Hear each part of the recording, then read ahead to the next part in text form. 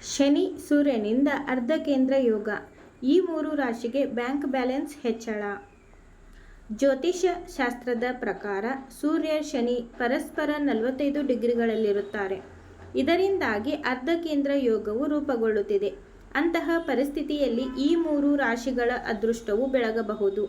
ಆ ಲಕ್ಕಿ ರಾಶಿಗಳು ಯಾವುವು ಎಂಬುದು ಇಲ್ಲಿದೆ. ವೃಷಭ ರಾಶಿ.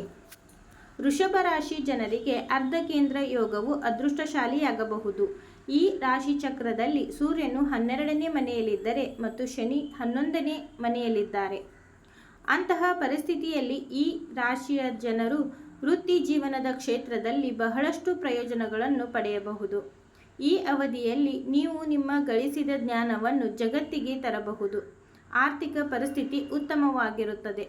ನಿಮ್ಮ ಆದಾಯದಲ್ಲಿ ತ್ವರಿತ ಏರಿಕೆ ಆಗಬಹುದು.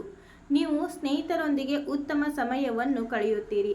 ಇದರೊಂದಿಗೆ ವೃತ್ತಿ ಜೀವನದ ಬಗ್ಗೆ ಮಾತನಾಡುತ್ತಾ ನೀವು ಪ್ರಭಾವಿ ಜನರೊಂದಿಗೆ ಉತ್ತಮ ಸಂಬಂಧವನ್ನು ಹೊಂದಬಹುದು.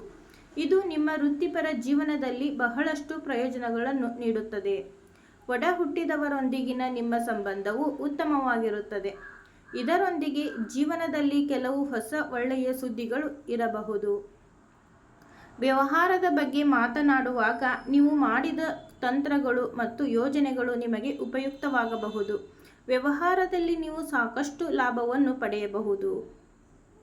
ಮೀನರಾಶಿ. ಸೂರ್ಯ ಶನಿಯ ಅರ್ಧಕೇಂದ್ರ ಯೋಗವು ಈ ರಾಶಿಯವರಿಗೆ ಫಲಪ್ರದವಾಗಬಹುದು. ಸೂರ್ಯನು ಈ ರಾಶಿಯ 2ನೇ ಮನೆಯಲ್ಲಿ ಮತ್ತು ಶನಿ ಲಗ್ನ ಮನೆಯಲ್ಲಿ ನೆಲೆಸಿದ್ದಾನೆ. ಅಂತಹ ಪರಿಸ್ಥಿತಿಯಲ್ಲಿ ಉತ್ತುಂಗಕ್ಕೇರಿದ ಸೂರ್ಯ ಈ ರಾಶಿ ಚಕ್ರದ ಸ್ಥಳೀಯರಿಗೆ ಹೆಚ್ಚು ಫಲಪ್ರದವಾಗಿರಬಹುದು. ಆದರೆ ಶನಿಯು ಕಾರಣದಿಂದಾಗಿ ನೀವು ಜೀವನದಲ್ಲಿ ಸಂತೋಷವನ್ನು ಪಡೆಯಬಹುದು. ಅರ್ಧಕೇಂದ್ರ ಯೋಗವು ನಿಮ್ಮನ್ನು ಪ್ರಬುದ್ಧ, ಜವಾಬ್ದಾರಿಯುತ ಮತ್ತು ಶಿಸ್ತಿನವಾಗಿ ಮಾಡುತ್ತದೆ. ಇದರೊಂದಿಗೆ ನೀವು ಸಕಾರಾತ್ಮಕ ಚಿಂತನೆಯೊಂದಿಗೆ ಮುಂದುವರಿಯಬಹುದು. ಇದು ನಿಮಗೆ ಬಹಳಷ್ಟು ಪ್ರಯೋಜನವನ್ನು ನೀಡುತ್ತದೆ. ಹಿರಿಯರು ನಿಮಗೆ ಮಾರ್ಗದರ್ಶನ ನೀಡುತ್ತಾರೆ. ಇದರಿಂದಾಗಿ ನೀವು ನಿಮ್ಮ ಗುರಿಯನ್ನು ಸಾಧಿಸುವಲ್ಲಿ ಯಶಸ್ವಿಯಾಗಬಹುದು. ಸಮಾಜದಲ್ಲಿ ಗೌರವದಲ್ಲಿ ತ್ವರಿತ ಹೆಚ್ಚಳವಾಗಲಿದೆ. ನಿಮ್ಮ ಅನೇಕ ಆಸೆಗಳು ಈಡೇರಬಹುದು. ಕೆಲಸದಲ್ಲಿ ನಿಮ್ಮ ಕಠಿಣ ಪರಿಶ್ರಮದ ಫಲವನ್ನು ನೀವು ಪಡೆಯಬಹುದು. ದೀರ್ಘಕಾಲದಿಂದ ಸಿಲುಕಿಕೊಂಡಿದ್ದ ಕೆಲಸವು ಮತ್ತೆ ಪ್ರಾರಂಭವಾಗಬಹುದು. ವೃಶ್ಚಿಕ ರಾಶಿ.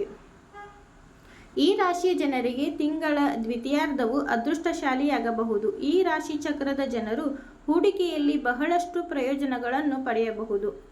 ಇದರೊಂದಿಗೆ ನಿಮ್ಮ ಇಚ್ಛಾಶಕ್ತಿ ಉತ್ತಮವಾಗಿರುತ್ತದೆ. ನೀವು ಹೊಸ ವಿಷಯಗಳನ್ನು ಕಲಿಯಬಹುದು. ಈ ಅವಧಿಯು ಆತ್ಮಾವಲೋಕನಕ್ಕೆ ಉತ್ತಮವೆಂದು ಸಾಬೀತುಪಡಿಸಬಹುದು. ಶಿಕ್ಷಣ ಕ್ಷೇತ್ರದಲ್ಲಿಯೂ ನೀವು ಬಹಳಷ್ಟು ಪ್ರಯೋಜನಗಳನ್ನು ಪಡೆಯಬಹುದು. ಉನ್ನತ ಶಿಕ್ಷಣ ಪಡೆಯುವ ಕನಸು ನನಸಾಗಬಹುದು.